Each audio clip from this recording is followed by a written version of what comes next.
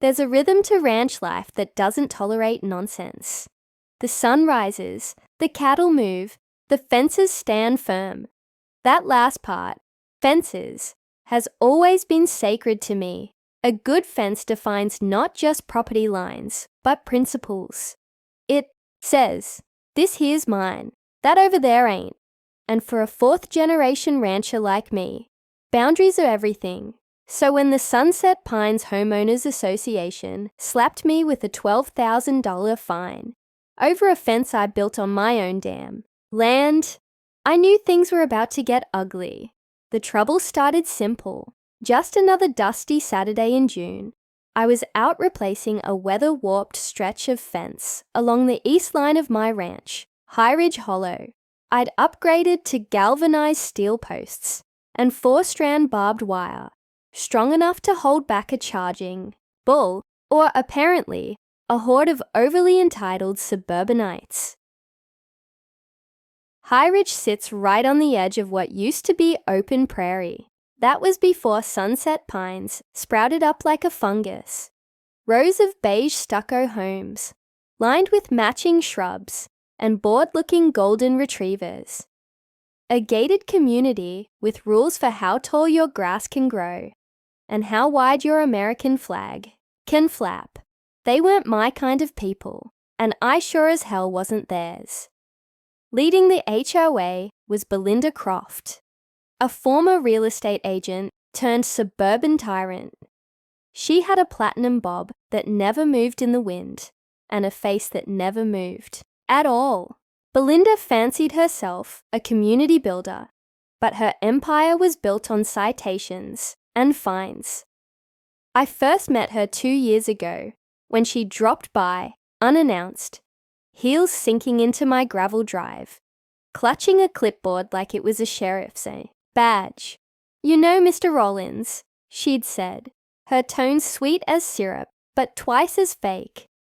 "Your property has such rustic character, but your fence is quite an eyesore from our community's Vista Trail." "My cows think it's beautiful," I replied, tipping my hat and walking away. I thought that was the end of it. It wasn't. After I finished the new fence, I received a thick envelope by certified mail. Inside, a violation notice citing my incompatible materials, visual disruption, and unauthorized structural proximity to shared viewing corridors. Whatever that meant, I called the county to double-check. My fence was 20 feet inside my property line, perfectly legal. I had the surveys and permits to prove it. Still, the HOA said it clashed with their aesthetic values, and that, under some obscure municipal code they dug up, they had standing to demand its removal and pay the fine. I laughed at the letter, tossed it in the trash, and figured they'd move on. 3 days later, I spotted a work crew in yellow vests, marching along my fence line with bolt cutters in hand. I pulled up on horseback, dust trailing, behind me like a storm. "You boys sure you want to do that?" I called out, my tone calm but loud enough to carry. One of them, a scrawny guy with a clipboard and too much gel in his hair, turned to me. "We're under direction from the HOA, sir. Just following orders. That fence is on my land," I said, "and you're trespassing." "Not according to the HOA," he replied with a smirk. "They've got easement rights." I shifted, in my saddle, my rifle visible over my back. "Well, my longhorns have charging rights. Let's see who gets here first." They froze. "You gonna make a call?" I said. "Make it quick. Otherwise you've got 10 seconds to get off my land." They left in a hurry, didn't even bother collecting their tools.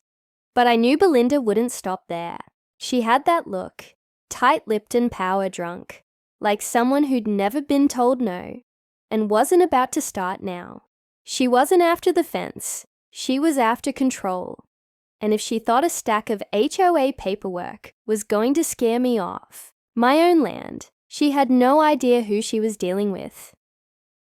I walked the new fence line that evening, boots crunching dry soil, watching the sun bleed across the hills. The cattle grazed peacefully behind the new wire, oblivious to the war brewing. At the boundary. But me, I was ready. And I already knew where this fight was going. Not to court. To the county zoning office. The next morning, I didn't saddle up a horse. I drove straight into town, spurs off, boots shined. If Belinda Croft wanted to play with paperwork and obscure ordinances, I'd meet her on that battlefield. And I wouldn't come unarmed. My first stop was the County Land Use and Zoning Office, a squat concrete building with flickering fluorescent lights and the smell of burnt coffee hanging in the air like a permanent fog. But it housed the weapons I needed: maps, codes, and a clerk named Pete Halverson, who owed me more than a few favors. Pete looked up from his desk, eyes lighting up when he saw me. "Rollins," he said, leaning back with a creaky sigh. "You still wrestling with that HOA nightmare?" "She picked a fight over my fence," I said, dropping the violation letter on his desk. "Now I'm picking a fight over her entire subdivision." Pete whistled low, flipping through the pages. 12 grand? Over a damn fence? She thinks that view trail gives her leverage. I want to know if I can take that leverage away. Pete scratched his chin, then reached into a cabinet and pulled out an enormous zoning map. "Sunset Pines is on that weird strip of land we annexed last year," he muttered. "The paperwork was rushed. Lots of little oversights." He pointed to a cluster of yellow blocks. "Sunset Pines. They're zoned residential, but the surrounding parcels, including the greenbelt they use for trails and scenic viewing, were never formally redesignated. They're technically still classified as agricultural reserve." I leaned in. "So what happens if I buy that greenbelt?" Pete looked up. "You'd have the right to use it as overflow pasture, grazing, maybe even limited livestock operations, depending on the permit." I smiled. "And Belinda's trail would be running through your cow field." I left the office with a folder of county maps and a signed intention to purchase form. That evening, I called in a favor with old Tom Hartwell, who'd been looking to offload that parcel for years after his horse rescue nonprofit fell through. He was more than happy to sell me the greenbelt, and at a discount. Said it'd be poetic justice. Within 48 hours, I had legal ownership of the land Belinda's HOA treated like their private park. But I didn't announce it. Not yet. I knew. Belinda. She liked to escalate, and I wanted her to play her next card before I revealed mine. She didn't disappoint. By Friday, a second certified letter arrived, stamped in red. Notice of non-compliance. Final warning. According to the HOA board, I had 14 days to remove the fence, or they would hire contractors and place a lien on my ranch. That night, I strolled through Sunset Pines. I dressed the part, pressed shirt, clean jeans, clipboard in hand. To them, I looked like just another surveyor. No one questioned me as I walked the gravel trail that ran parallel to my fence, marking notations on a map. I could hear children playing in backyards, smell the faint char of propane grills. It was tidy, quiet, predictable. They had no idea what was coming. The following Monday, I filed a formal request to rezone the greenbelt for active livestock grazing.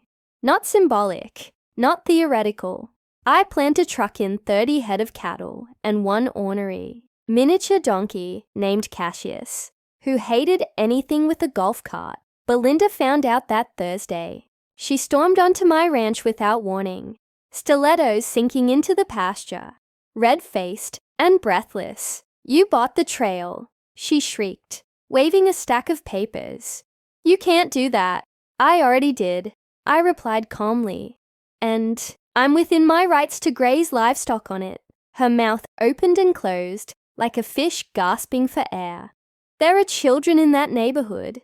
Then they'll learn about agriculture, I said, not bothering to hide my grin.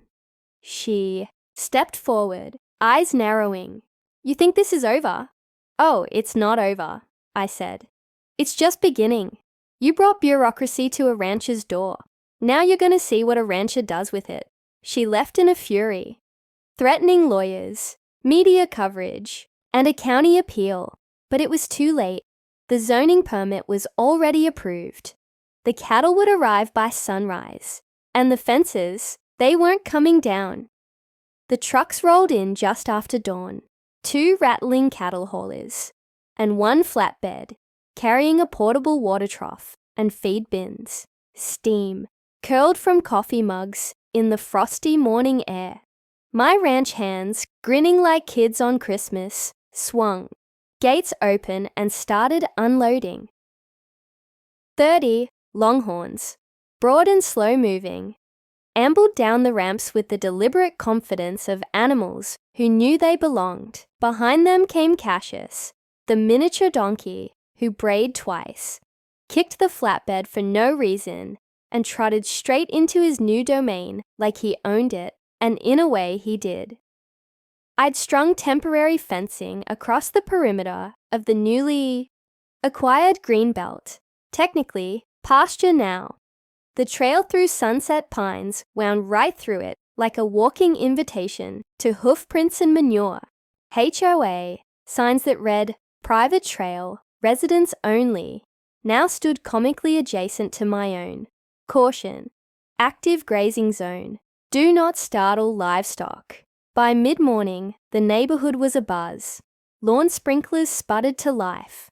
Dogs barked behind fences, and residents peeked through their blinds like prairie dogs, spotting a hawk. No one dared come down the trail, not with 2-ton steers lumbering across the path and Cassius patrolling like a 4-legged deputy.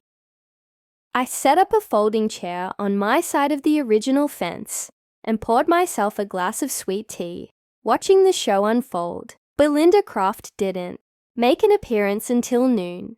She wore a blazer, pearl necklace, and a scowl you could see from space, flanked by 2 other HOA board members, one holding a manila folder, the other clutching what looked like a zoning manual. They marched up to the edge of the greenbelt, like generals approaching a battlefield.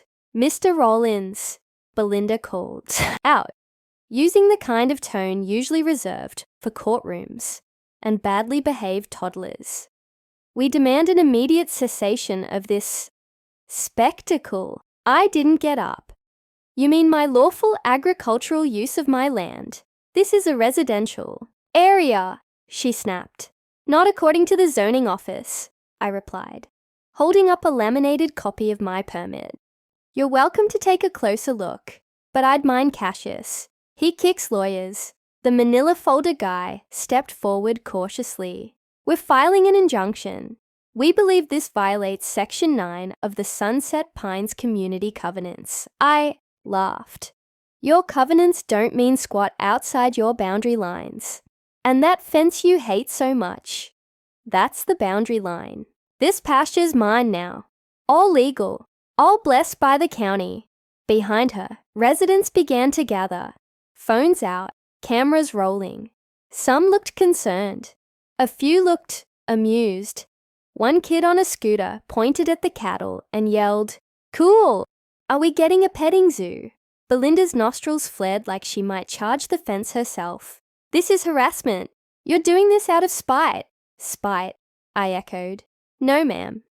I'm doing this because your HOA fined me $12,000 for protecting my livestock and defending my land. This, I waved to the peacefully grazing longhorns, is just me using my property the way it was always meant to be used. The other board member whispered something into Belinda's ear. Her jaw clenched. I'm giving you one last chance to resolve this civilly, she hissed. I already did, I said. I followed the rules. The difference is, I actually understand them. She turned on her heel and stormed off. her entourage, trailing behind like nervous interns. Later that afternoon, I hosted an informal Pasture Awareness Day for the residents, just to promote transparency. I hung signs explaining cow behavior, handed out flyers on rural land rights, and offered little paper bags for trail goers in case they stepped in anything unfortunate. And they did. Sunset Pines residents now had to maneuver around cow pies, salt licks, and an occasional spooked steer. Their once pristine Vista Trail had been transformed into a living, mooing, snorting monument to bad decisions and overreach. To be fair, not everyone was upset. Some folks, even a few who once backed Belinda, started waving to me over the fence. One retired veteran even chuckled, "Wish I'd thought of this 20 years ago, when the HOA tried to ban my flagpole." By nightfall, the ranch lights glowed softly across the ridgeline, and the cattle settled down near the hay bales. I sat on my porch, boots up, sipping bourbon and listening to the distant sound of Belinda's kingdom cracking. The fence was still up, the cattle were still grazing, and the war, it was almost won. Belinda Croft's final gambit came wrapped in gold-embossed legal paper, delivered by a man in a tie, too tight for his neck. A cease and desist order, citing public nuisance, loss of enjoyment of property, and, my favourite, psychological trauma caused by aggressive livestock. Cassius, the miniature donkey, had made the cover photo, mid-kick, teeth bared, in a perfectly timed shot that might have earned him a rodeo poster deal. I read the document on my porch, with my boots up and a smirk forming. It was the kind of thing that might rattle a rookie landowner. But I wasn't just a rancher. I was a legacy. My grandfather built this spread from the dirt up. My father carved fence lines by hand. And me? I knew exactly how to use every inch of what they left me, including the law. So I did what any self-respecting rancher would do. I filed a counterclaim. See, there was a clause buried in the original county land use agreement from back when the HOA's subdivision was approved. A clause the HOA never read, but I had twice. It stated that any HOA within 100 feet of a designated agricultural reserve must provide documented proof of mitigation procedures, including fencing, runoff controls, and livestock barrier signage.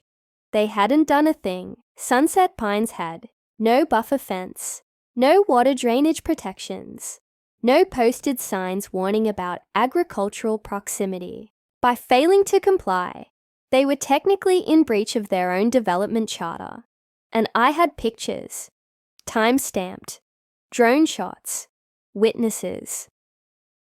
The county compliance office called a hearing.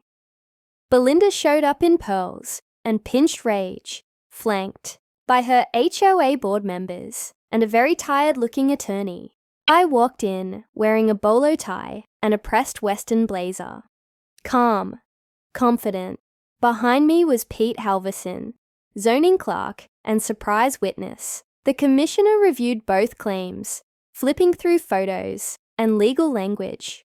Her expression shifted from neutral to puzzled to bemused. "So," she said, adjusting her glasses, "let me get this straight. The HOA fined Mr. Rawlins $12,000 for a fence built to contain livestock on his property, in line with a traditional agricultural easement." Belinda interjected. The fence disrupted the neighborhood aesthetic, and, in response, the commissioner continued. Mr. Rawlins purchased the adjacent greenbelt, legally rezoned it, introduced livestock, and has remained fully compliant with all county codes. I gave a small nod. "Yes, Mom," she turned to Belinda. "And you filed a nuisance complaint, despite your subdivision violating Section 3.14 of the county mitigation requirements. Belinda opened her mouth, but her lawyer gently placed a hand on her arm and said, We're unaware of the section, Your Honour. The Commissioner closed the folder. Well, now you're aware. Effective immediately, the HOA must erect livestock barriers, install proper signage, and file for runoff permits. You'll also drop the cease and desist, reimburse Mr. Rollins the $12,000 fine, and, this is important, you will cease any further punitive action unless cleared through this office. The gavel came down, and just like that, it was over. Outside, Belinda stood silently in the parking lot, staring at her reflection in the courthouse window. Her empire, trimmed lawns, manicured trails, smug rulebooks, had been humbled by one ranch fence and 30 cattle. I walked past her, tipped my hat, and said, No hard feelings, but you might want to read the fine print next time. Cassius brayed in the distance, as if punctuating my exit. By the end of that week, HOA workers were hammering up signs warning of livestock proximity. A brand new 6-foot privacy fence wrapped around Sunset Pines back trail, funded by special HOA assessments. Some residents grumbled. Others sent me homemade cookies and cards with handwritten notes like, Thanks for keeping them honest. As for me, I left the cattle on that pasture another 2 months, just to make the lesson stick. Then I rotated them back to the main spread, reseeded the trail, and left a few hay bales behind. For educational purposes, the fence around my ranch stayed up. County approved, strong as ever. Belinda Croft eventually resigned from the HOA board, citing health reasons. Rumor was she'd moved to a condo where the only livestock she had to worry about were cats on leashes. And me? I went back to what I loved, working the land, riding at dawn, and watching the sun set over a fence that now stood as a line between arrogance and grit. The HOA started this fight with a fine, but they forgot one thing. You don't push a rancher off his land. You just give him a reason to dig in deeper.